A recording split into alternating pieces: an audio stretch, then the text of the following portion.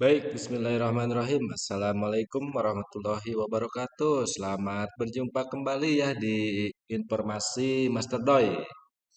Oke, rekan-rekan yang saya hormati, khususnya rekan-rekan yang mungkin dari kemarin ya sudah mulai berjuang ya dalam seleksi P3K untuk tahap 2. Ya, mudah-mudahan saya doakan rekan-rekan bisa sukses dan lulus untuk seleksi P3K untuk tahap 2 ya.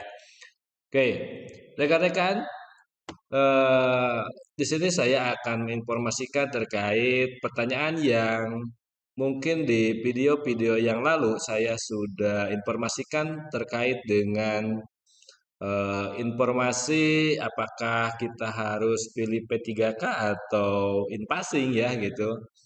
Oke, di sini saya akan informasikan ya rekan-rekan, eh, apakah kita harus memilih P3K dan in-passing.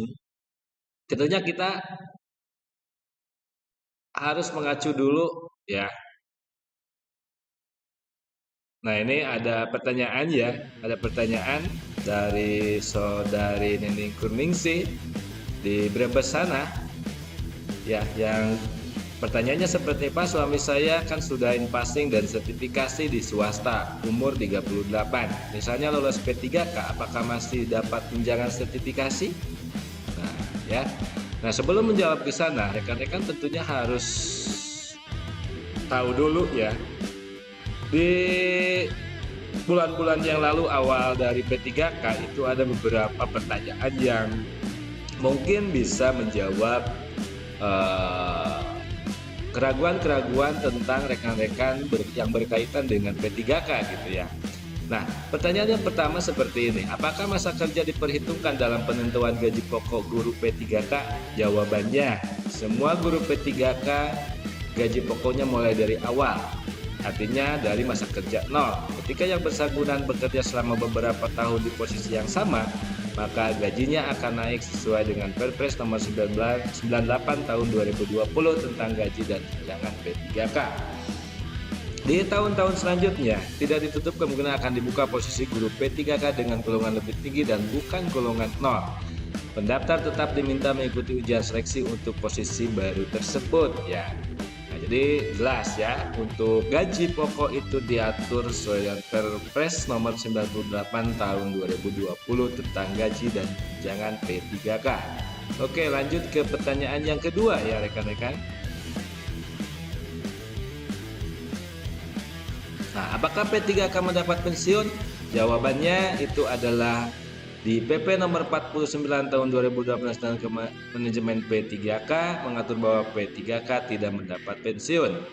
Tapi ya kemungkinan misalnya ada kebijakan yang baru setelah PP nomor 49 tahun 2018 ini, ya kita berharap untuk P3K mudah-mudahan ada pensiun ya. Oke, pemerintah daerah dapat memfasilitasi P3K untuk mengiur untuk jaminan hari tua ya. Jadi walaupun tidak pensiun, nanti ada beberapa fasilitas yang mungkin diberikan oleh pemerintah ya untuk P3K. Oke, selanjutnya di pertanyaan yang ketiga, berapa lama jangka waktu menjadi P3K? Nah, masa hubungan perjanjian kerja P3K itu ditentukan oleh P2K dan diatur dalam Permenpan RB nomor 70 tahun 2020. Masa hubungan kerja paling singkat 1 tahun dan paling lama 5 tahun sesuai dengan kebutuhan ASN. Nah, kontrak dapat diperpanjang sampai dengan 5 tahun berikutnya. PPK memberitahukan masa hubungan perjanjian kerja pada saat pengajuan NIM. Oke, ya jadi jelas ya. Berapa lama jangka waktu menjadi P3K? Nah, itu paling singkat 1 tahun, paling lama 5 tahun, dan kontraknya itu bisa diperpanjang loh sampai 5 tahun berikutnya dan seterusnya. Oke, lanjut. Nah, di pertanyaan yang keempat dan kelima, apakah pemerintah daerah dapat merotasi atau mutasi guru P3K? Jawabannya, rotasi atau mutasi P3K termasuk kewenangan P2K. Yang kelima pertanyaannya, bagaimana dengan K2 Formasi 2013-14 yang sudah lulus tapi belum mendapatkan NIP karena berada di sekolah swasta, apakah dapat mengikuti seleksi P3K? Nah, kebijakan K2 Formasi 2012 adalah untuk tenaga honorer yang bekerja pada instansi pemerintah. Maka jika berada di sekolah swasta tidak bisa diangkat. Nah, jika ada kasus seperti ini, mereka dapat mengikuti seleksi P3K. Oke, jelas ya di pertanyaan yang keempat dan kelima. Oke. Di pertanyaan yang keenam, bagaimana dengan guru P3K yang telah lulus seleksi tahun 2019? Kapan pemberkasan penetapan NIP? Nah, jawabannya sini ada 1, 2, 3, 4, 5, 6 jawabannya bagi guru P3K yang telah lulus seleksi 2019. Pemerintah daerah harus mengajukan formasi, dan ini alhamdulillah untuk P3K yang 2019 itu sudah mengantongi NIP dan mungkin sudah, bukan mungkin lagi, sudah mendapatkan gaji dari bulan Januari ataupun dari bulan Juni. Oke, yang ketujuh pertanyaannya. Nah, apakah guru P3 masih bisa mengikuti seleksi CPNS? Bisa, asal memenuhi persyaratan sesuai ketentuan peraturan perundangan, termasuk umur di bawah 35 tahun. Untuk diangkat menjadi PNS maka tidak boleh berstatus sebagai P3K. Oke, ya. Nah, yang ke-8, apakah guru P3K bisa mendapat sertifikasi? Jawabannya bisa. Yang ke-9, bagaimana jenjang karir guru P3K? Pemerintah merancang agar ada kesempatan menjadi guru P3K di berbagai jenjang. Namun untuk pindah posisi perlu mengikuti seleksi. Ya. Nah, kalau misalkan P3K mau menjadi kepala sekolah, nah, tentunya harus mengikuti alur bagaimana untuk menjadi seorang kepala sekolah dengan seleksi gitu ya. Nomor 10, bagaimana dengan rekrutmen tenaga kependidikan P3K? Pemerintah sedang mengkaji kesesuaian jabatan fungsional dan mekanisme pengadaan barang dan jasa dengan kebutuhan tenaga kependidikan di sekolah. Nah, tentunya rekan-rekan, itulah 10 pertanyaan dan jawaban yang mungkin bisa menjadi dasar ya untuk rekan-rekan supaya ikut menjadi P3K gitu ya, karena di tahun 2021 ini pemerintah kekurangan guru dan pemerintah tidak mengadakan CPNS tetapi mengadakan seleksi P3K pada tahun 2021 ini, yang mana kita tahu bahwa untuk seleksi P3K di tahun 2021 ini bertahap dari tahap 1, tahap 2 sampai tahap 3 ya. Nah, minggu sekarang itu di minggu awal masuk minggu kedua ya, di bulan Desember sudah ada yang melaksanakan tes tahap 2 ya. Oke. Nah, tentunya rekan-rekan harus memahami bahwa dasar hukum P3K itu sudah jelas tentunya ya. Sudah jelas dasar hukumnya, yaitu diatur dalam Undang-Undang Nomor 5 Tahun 2014 dan turunannya pada PP 11 Tahun 2017, PP Nomor 49 Tahun 2018 tentang manajemen pegawai pemerintah dengan perjanjian kerja, dan Peraturan Badan Kepegawaian Negara tentang petunjuk teknis pengadaan pegawai pemerintah dengan perjanjian kerja atau P3K. Itu jelas ya, bahwa P3K itu adalah diatur dalam Undang-Undang Nomor 5 Tahun 2014 bahwa ASN itu dibagi menjadi 2, yaitu PNS dan P3K.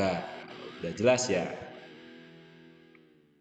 Nah, lantas bagaimana dengan in-passing non-PNS atau in-passing GB PNS? Guru bukan pegawai negeri sipil tentunya. Nah, tentunya rekan-rekan harus tahu dulu apa itu in-passing. In-passing itu adalah pemberian kesetaraan jabatan dan pangkat bagi guru bukan pegawai negeri sipil, yang selanjutnya disebut pemberian kesetaraan. Adalah pengakuan terhadap kualifikasi akademik, masa kerja, Dan sertifikasi pendidik yang dimiliki guru bukan pegawai negeri sipil yang diformulasikan dengan menggunakan angka kredit, jabatan, dan pangkat yang setara dengan angka kredit, jabatan, dan pangkat pada jabatan fungsional guru pegawai negeri sipil. Nah, itu yang dimaksud dengan in-passing non-PNS. Dasar hukumnya apa sih sebetulnya untuk in-passing ini? Nah, rekan-rekan bisa lihat bahwa dasar hukum untuk in-passing itu adalah Permendikbud nomor 28 tahun 2014. Ya. Oke, lantas rekan-rekan tentunya masih bingung atau sudah yakin ya dengan berita-berita yang mungkin sudah rekan-rekan dengar juga, apakah sertifikasi yang asalnya di sekolah swasta nanti ketika lolos P3K tidak akan terambil di P3K-nya? Jelas jawabannya di sini ya. Di poin 8 tadi sudah jelas bahwa apakah guru P3K bisa mendapatkan sertifikasi? Jawabannya bisa. Ya, jawabannya bisa. Lantas bagaimana kalau yang sudah sertifikasi? Ya, logika saya adalah yang baru saja bisa sertifikasi, apalagi yang sudah sertifikasi, yang notabene adalah seorang guru atau sudah menjadi guru profesional. Yang jelas antara pengangkatan P3K yang diambil itu harus linear dengan sertifikasi pendidiknya. Ya, jadi kalau misalkan dulu pas belum P3K sertifikasinya bahasa Indonesia, kemudian diangkatnya P3K dalam bahasa Indonesia, itu adalah sudah linear atau artinya sudah cocok gitu ya. Jadi hemat saya sebetulnya itu bisa dilanjutkan. Oke, itu rekan-rekan yang bisa saya sampaikan terkait dengan permasalahan yang muncul di lapangan, apakah in-passing ataupun P3K gitu ya. Nah, yang jelas untuk in-passing dan P3K itu sudah diatur dalam dasar hukum masing-masing gitu ya. Dan informasi bahwa P3K itu mendapat gaji bulanan, kemudian kalau sudah sertifikasinya juga bisa lanjut, dan kalau in-passing itu adalah hanya penyetaraan saja untuk tunjangan sertifikasi. Oke, terima kasih atas perhatiannya. Wassalamualaikum warahmatullahi wabarakatuh.